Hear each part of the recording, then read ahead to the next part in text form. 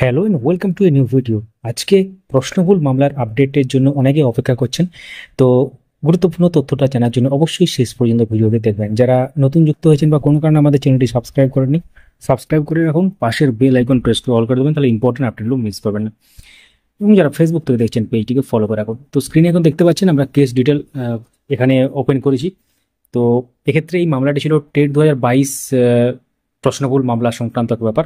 যে প্রশ্নভুল মামলা চলছে টেট 2017 টেট 2022 সেটা কিন্তু আলাদা ব্যাপার।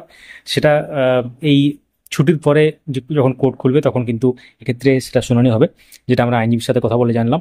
এবং তার সাথে যে এখানে যে মামলাটা, এটা কিন্তু নতুন ফাইল হয়েছে একটি। এখানে যেটা বক্তব্য মামলাকারী সেটা হচ্ছে রিক্রুটমেন্ট নোটিশ চলে এসেছে, কিন্তু প্রশ্নগুলো মামলার নিষ্পত্তি এখন হয়নি। পর্ষদ রিপোর্ট জমা দেয়নি এবং তার যে ফাইনাল সাবমিশন সেটা করেনি।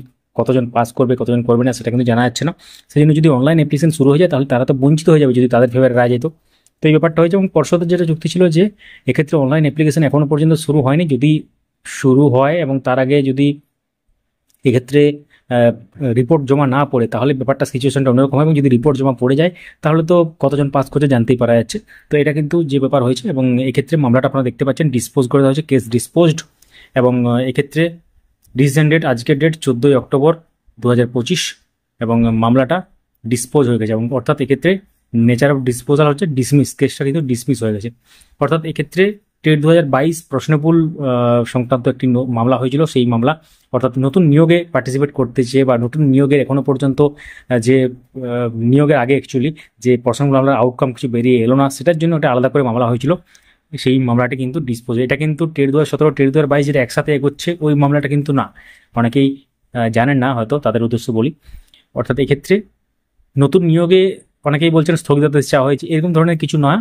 এটা ব্যাপারটা যেটা হয়েছে আলাদা করে হয়তো এরা ফাইল করতে পারবে ভবিষ্যতে যদি উল্টো রকম কিছু হয়। অর্থাৎ অনলাইন অ্যাপ্লিকেশনের যে ব্যাপার সেটা যদি শুরু হয়ে যায় তার আগে যদি রিপোর্ট জমা না পড়ে বা এটার ফাইনাল আউটকাম কিছু বেরিয়ে না আসে, অ্যাকচুয়ালি মানে যে মামলাটা চলছে, রিপোর্ট জমার উপর অনেক কিছু নির্ভর করছে ভবিষ্যতে। কারণ এক্ষেত্রে অনেকটা ডিলে এমনিতেই হয়ে গেছে, কারণ সাবজেক্ট এক্সপার্ট দ্বারা তাদের যে প্রশ্ন উত্তর খতিয়ে দেখা যে ব্যাপার ছিল সেই ব্যাপারটা কিন্তু অনেকদিন আগেই কিন্তু সম্পন্ন হওয়ার কথা ছিল, এখনো রিপোর্ট জমা পড়লো না।